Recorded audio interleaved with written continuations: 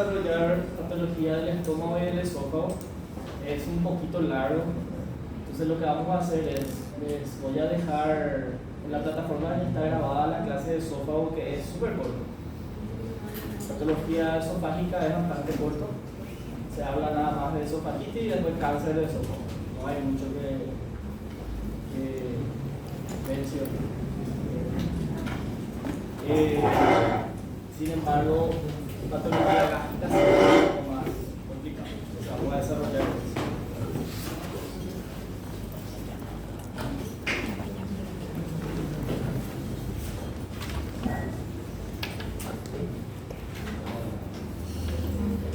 Bueno, entonces antes de hablar un poquito de lo que son las patologías gástricas, tenemos que hablar sobre los mecanismos de defensa que tiene el estómago.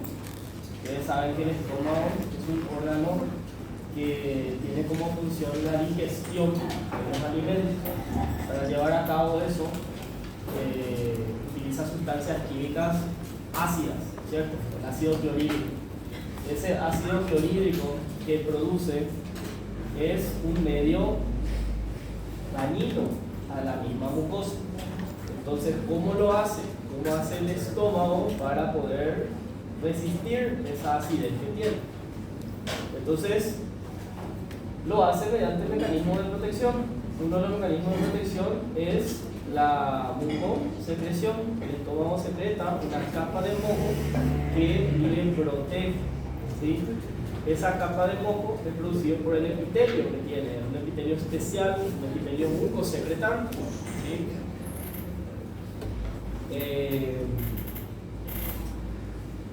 Ese moco es un moco que tiene una naturaleza básica, entonces así amortigua la acidez y neutraliza, ¿sí? Entonces, esa secreción de moco, esa naturaleza básica que se debe al bicarbonato, se debe a un flujo sanguíneo óptimo a nivel del estómago, ¿sí? También se debe a la capacidad que tiene el mismo epitelio de regenerarse, porque el estómago, las células del estómago tienen una vida media, una vez que cumplen sus funciones deben ser regeneradas, ¿okay? Entonces, como pueden ver acá, tenemos en condiciones normales las enzimas pépticas y la acidez gástrica dañan al estómago, pero esas fuerzas nocivas son en menor proporción en relación a las fuerzas defensoras. Entonces eso hace que haya un estado de equilibrio y la mucosa no sufra agresión. Entonces la fuerza defensora, como le dije, secreción mucosa en la superficie, el bicarbonato que produce, el flujo sanguíneo de la mucosa, ¿verdad? El transporte de membrana de la superficie apical, la capacidad de regenerarse que tiene el epitelio, también la elaboración de prostaglandina, que tiene mucho que ver con la vasodilatación y el flujo sanguíneo, ¿sí? Todo eso son fuerzas defensoras de la mucosa.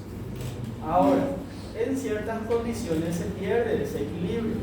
Como pueden ver acá, puede haber un aumento de las fuerzas nocivas porque se agrega algo que no debería estar, ¿verdad? Por ejemplo, microorganismos como el H. pylori, que es capaz de resistir el ambiente ácido, ¿verdad? Porque tiene enzimas que metabolizan la urea, produce un medio básico a su alrededor, ¿verdad? Tiene ureasa, y eso hace que no esté susceptible a esa acidez, se protege.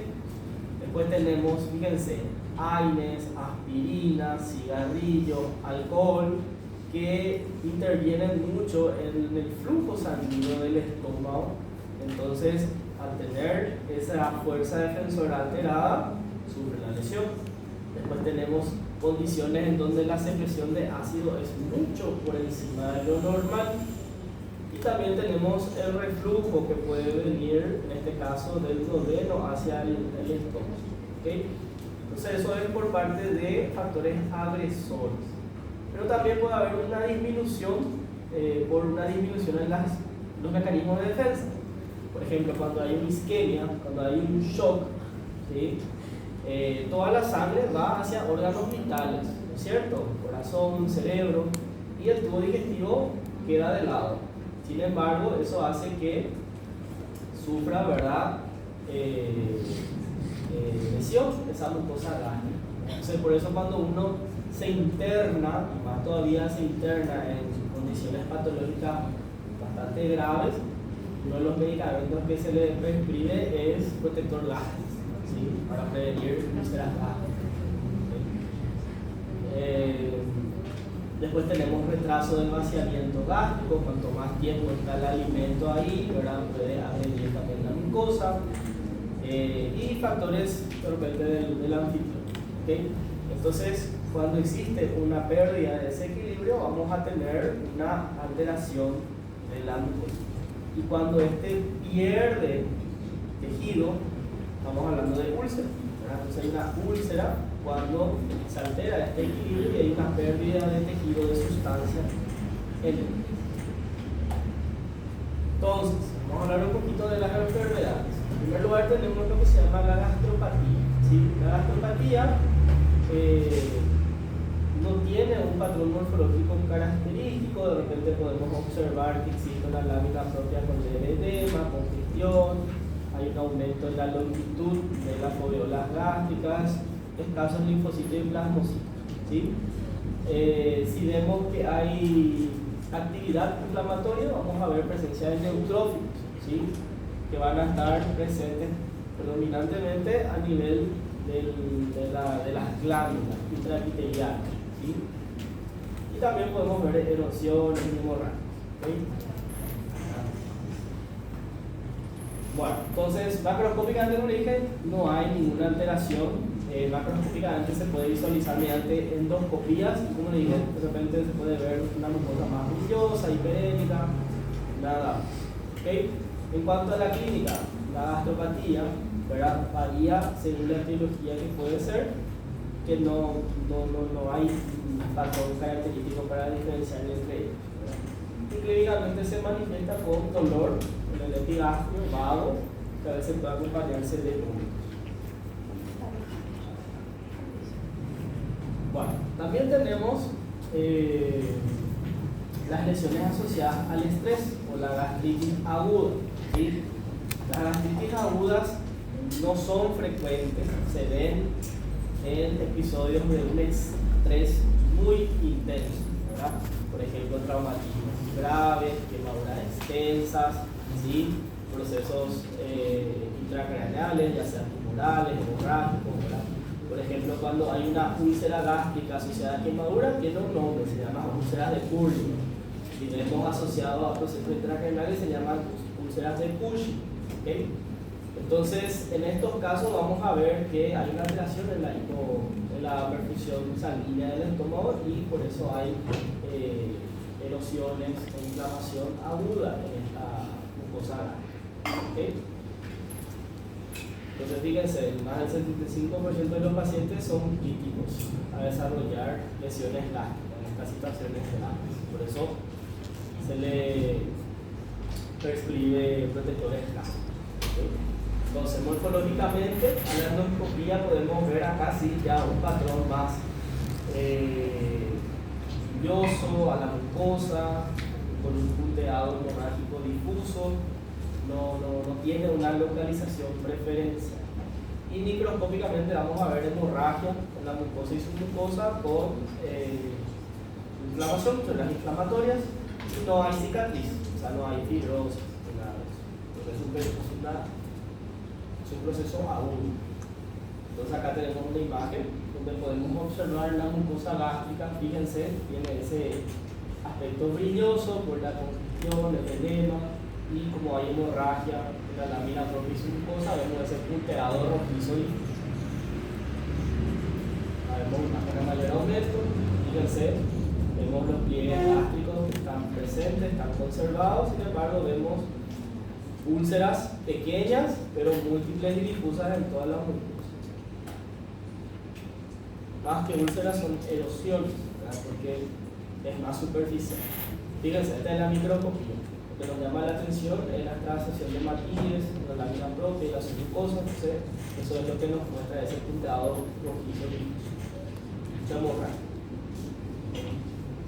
Bueno, existen otras causas también de esta gastritis hemorrágica aguda que no están relacionadas con el estrés. Por ejemplo, tenemos una entidad que se llama lesión de Delafroix, que consiste en una malformación en donde hay vasos sanguíneos muy grandes, muy superficiales.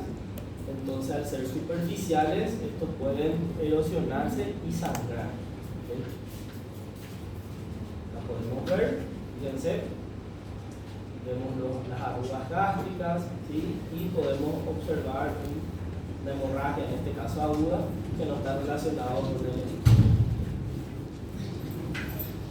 Se le hace una biopsia y vamos a observar, fíjense, esto es un vaso sanguíneo, miren lo grande que es para ser muy superficial. Esta es la mucosa que está ulcerada, rota y que sangra, ¿verdad? Pero acá vemos el vaso sanguíneo. Acá deberíamos ver arteriolas, capilares y no una arteria así de grande. ¿Okay? Entonces es más una malformación.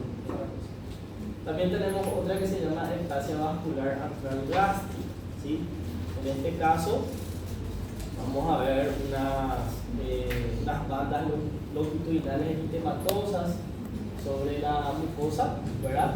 Que le da un aspecto en sandía, nos describe la literatura.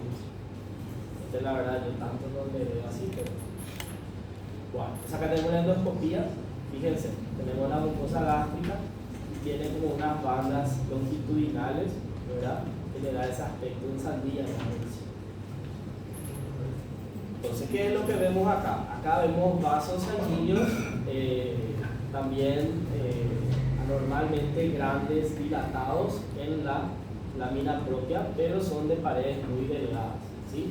Muchas veces podemos ver que están construidos porque tienen microtrombos, ¿sí? Acá, por ejemplo, vemos un trombo, acá otro, acá vemos el vaso sanguíneo libre, ¿sí?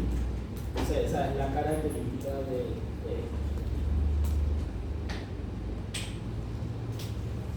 Bueno, luego tenemos la gastritis crónica. La gastritis crónica es la inflamación de la mucosa gástrica. La etiología pueden ser varias. Una de las causas más frecuentes es la presencia del microorganismo que se llama Helicobacter pylori. ¿Okay? Esto ustedes ya llevan en patomédica o en fisiopato o algo, ¿no? ¿Ya vieron el micro? Bueno, ¿cuáles son, por ejemplo, otras causas de gastritis? Fíjense, radiación, reflujo biliar, una lesión mecánica, una enfermedad de Crohn, amiloidosis, enfermedad de injerto contra anfitrión, o sea, pacientes sometidos a trasplantes de médula ósea. Entonces, la gastritis por H. pylori es la más frecuente y suele tener un patrón distintivo, ¿verdad? Por ejemplo, vemos que afecta preferentemente al antro y cuando este persiste y es severo, llega a afectar todo el estómago, ¿verdad? Ahí tenemos una pangastritis, pero inicialmente empieza a nivel del antro, ¿sí? Se considera que el humano es un portador primario y la transmisión es fecal-oral, ¿sí? Suele estar asociado mucho a la pobreza, al hacinamiento, nivel educativo bajo, vemos que se ve en zonas rurales, ¿verdad? Pero esto es mucho de literatura que es bastante frecuente en nuestro país. En cuanto a la patogenia, es debido a los mecanismos ¿cómo se dice? A los agentes virulentos que tiene el microorganismo, en este caso el Helicobacter pylori.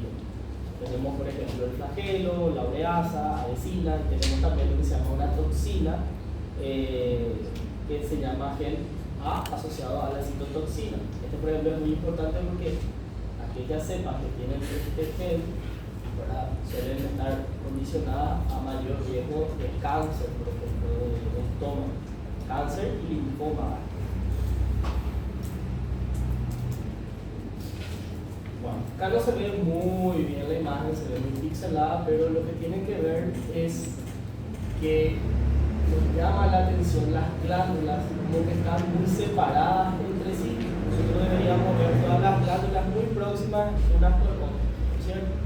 Sin embargo, vemos que las glándulas están separadas. Acá vemos una glándula, acá vemos un espacio, después vemos otra glándula. Entonces a esto nosotros le llamamos lámina propia expandida. ¿Y por qué está expandida? Porque tiene células. ¿Qué células? Las inflamatorias. ¿Qué tipo? Crónicas, ¿verdad? Linfocitos y plasmocitos. ¿Sí? A veces el proceso inflamatorio es tan persistente que la mucosa gástrica se convierte como en un ganglio linfático porque observamos múltiples nódulos, ¿verdad? Nódulos linfáticos con centros germinativos. Cuando el microorganismo está presente en la mucosa, generalmente también hay actividad inflamatoria. Y así como hablamos de la gastropatía, se caracteriza por la presencia de neutrófilos, ¿sí? Y acá podemos ver los neutrófilos. Estos son los polimorfos nucleares que están en la lámina propia y también están dentro del espesor del epitelio. Cuando vemos foco de actividad tenemos que buscar al microorganismo y con mucha frecuencia lo vamos a encontrar. ¿Okay? Para poder encontrarlo podemos encontrarlo en tinciones normales, H y E, pero a veces es difícil de verlo, pero cuando tiene muchísimo es fácil. O si no podemos hacer tinciones especiales. Esta es una tinción de Jemsa. La tinción de Jemsa tiñe a los bacilos de un color azulado, azul. Acá vemos los bastoncitos. Esos serían los bacilos. Acá vemos, fíjense, una biopsia gástrica, viene la lámina propia expandida, linfocitos y plasmocitos. Acá se ven algunos neutrófilos, vemos que entran dentro de la glándula, del epitelio, o sea, hay actividad. Si buscamos con más detalle, vamos a encontrar bastoncitos. Entonces, esos son los helicobacter. Y este es otro tipo de tinción, una tinción de plata, que tiñe con mayor facilidad, inclusive acá se ve de un color amarronado a negro con los bastoncitos que corresponden a los helicobacter. También se puede hacer una tinción inmunohistoquímica, es más costoso y más fácil otra vez de interpretar. Fíjense, todo esto son los Helicobacter pylori que están nadando, sumergidos dentro de lo que es la cubierta de moco que produce el estómago. Bueno, ¿cómo hacemos el diagnóstico? Se hace por biopsia, pero también podemos hacer estudios serológicos, detectar en sangre, ver anticuerpos contra componentes del Helicobacter pylori. También se puede detectar las bacterias en las heces. También se puede hacer una prueba de ureasa, que es como una prueba de alcotest. Se sopla, ¿verdad? Y detectan en el aliento la urea y se dice que es posible. También se puede hacer cultivo y PCR. Es bastante común la gastritis por eso. No sé si alguno de ustedes ya fue diagnosticado, se hizo endoscopía, se hizo biopsia, ¿no? Todavía, ustedes son muy sanos, ¿no? Me falta estresarse un poquito más. Bueno, luego tenemos otro tipo de gastritis que tenemos que saber diferenciar. Es una gastritis que se llama autoinmune, ¿sí? En este caso existe presencia de anticuerpos frente a componentes de las células gástricas, por ejemplo, células parietales, factor intrínseco, ¿okay? Y este tipo de gastritis tiene un patrón característico también. Así como yo les dije, la gastritis por H. pylori empieza en el antro, en este caso este tipo de gastritis va a empezar en el cuerpo, porque es una gastritis autoinmune dirigida a las células parietales. ¿Dónde están las células parietales? En el cuerpo gástrico, ¿cierto? ¿Sí? Bueno, entonces vamos a observar una gastritis muy intensa a nivel del cuerpo que generalmente preserva al antro. Como hay una destrucción de las células parietales son las responsables de producir el ácido clorhídrico, ¿verdad?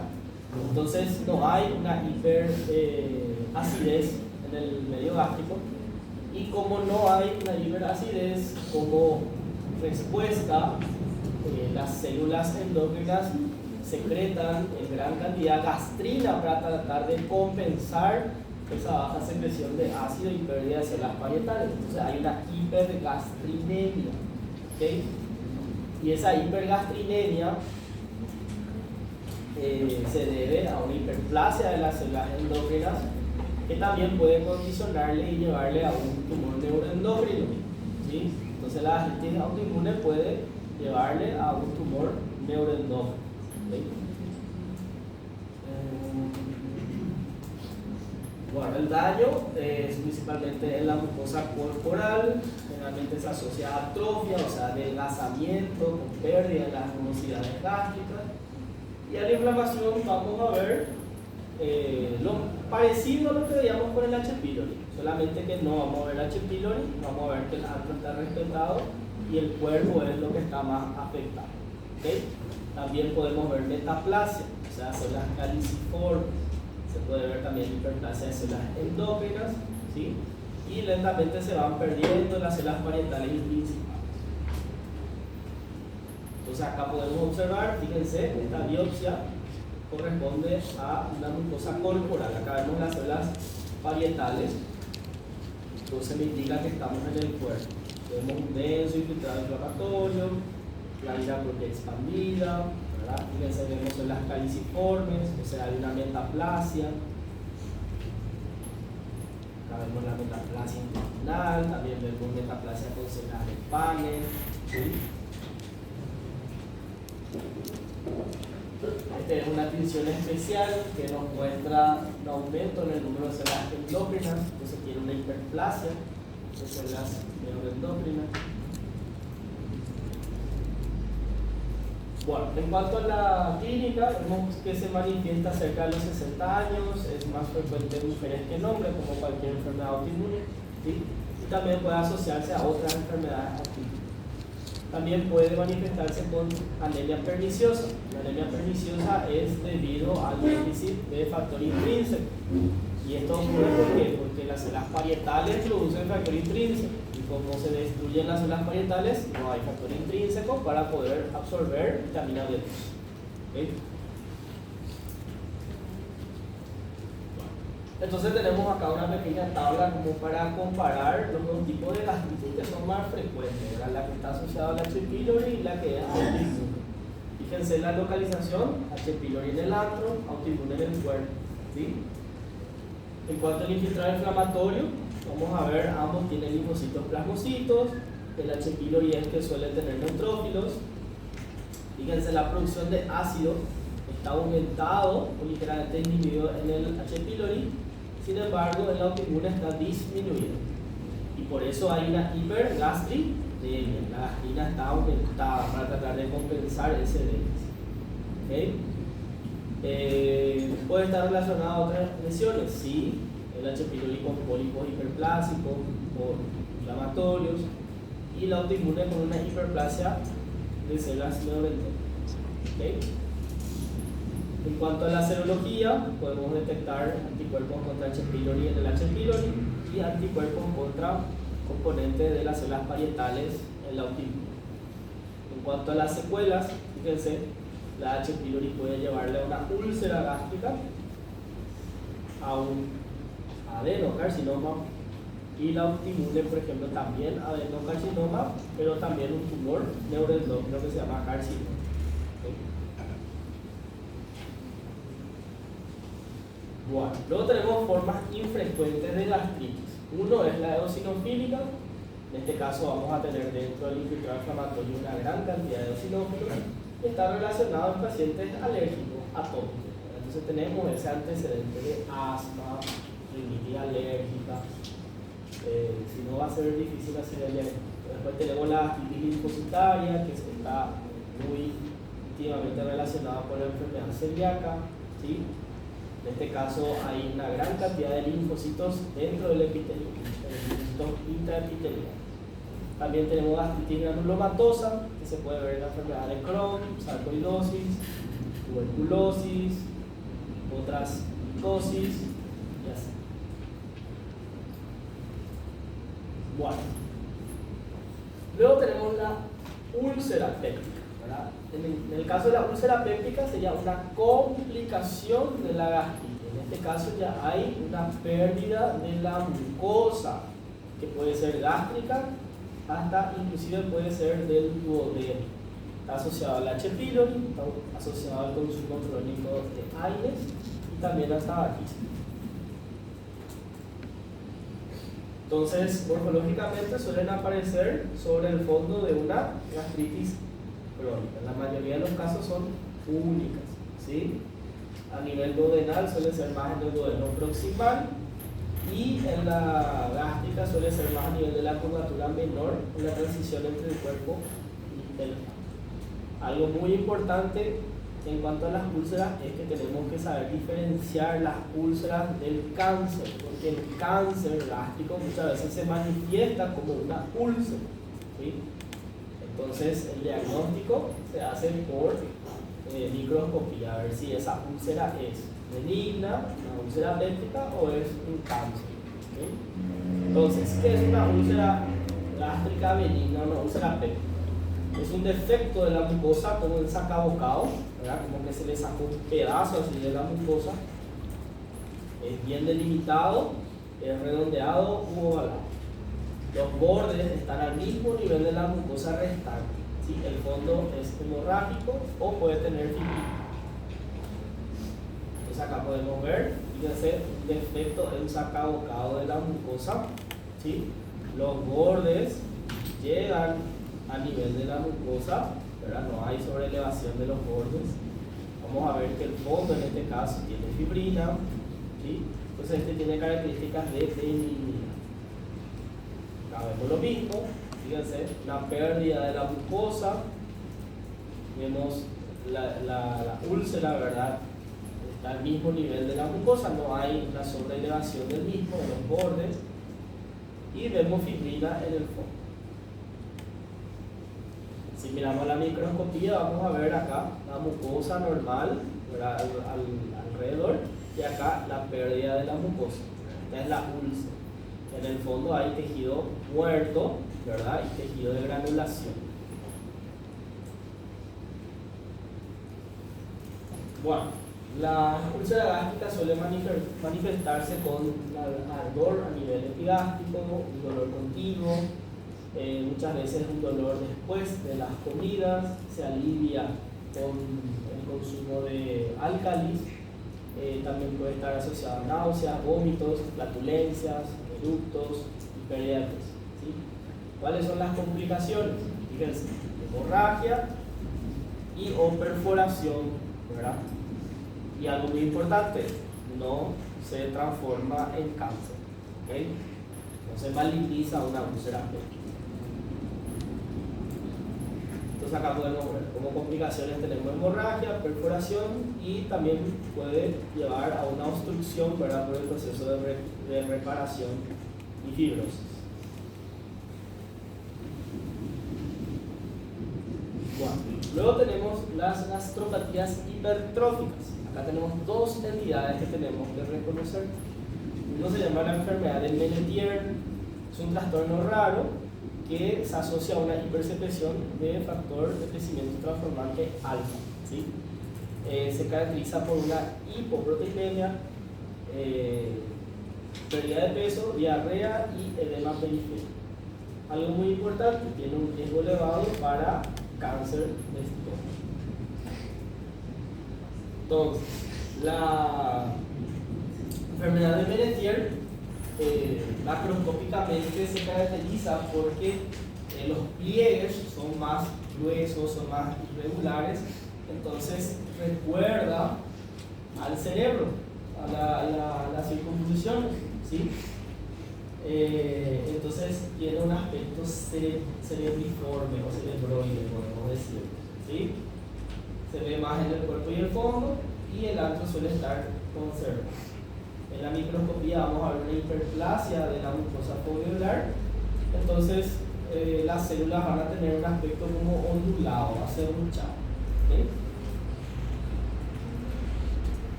pliegues son más gruesos, más irregulares, parecen como circunvoluciones.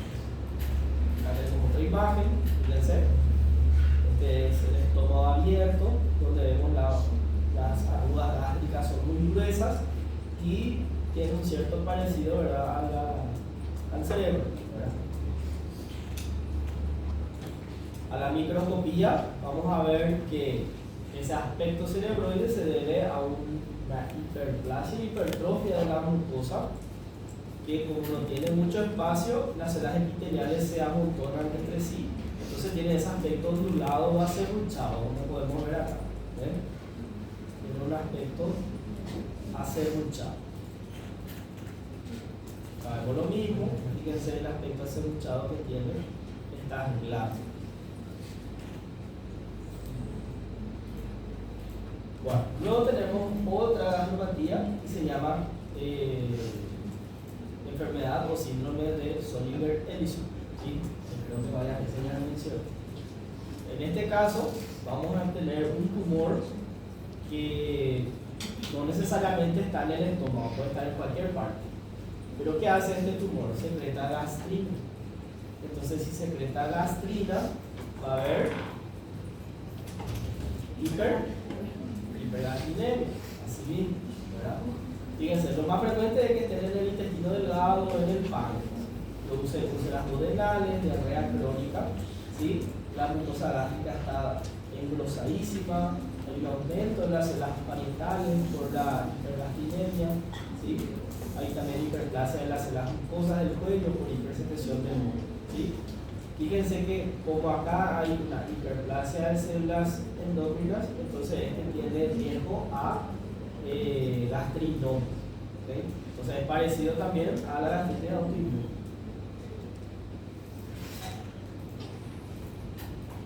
Entonces acá podemos ver lo mismo. Fíjense, la mucosa gástrica es gruesa, también tiene ese aspecto cerebroide, ¿sí? Son muy parecidos macroscópicamente, ¿okay? Acá vemos las glándulas, son tortuosas, irregulares, acerruchadas, algunas dilatadas. Entonces nuevamente tenemos una tabla para comparar estas dos entidades, la enfermedad de Menetier y síndrome de Zollinger-Ellison. La de Zollinger-Ellison, fíjense, afecta más al fondo, el otro afecta más el cuerpo fondo.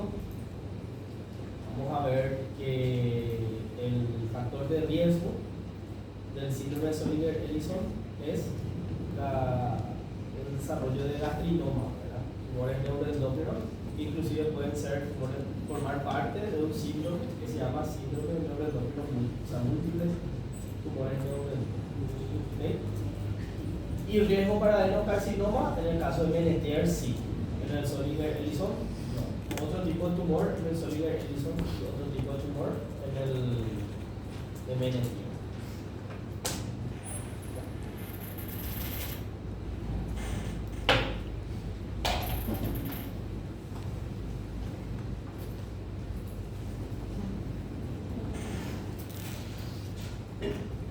Bueno, ¿alguna duda hasta ahí?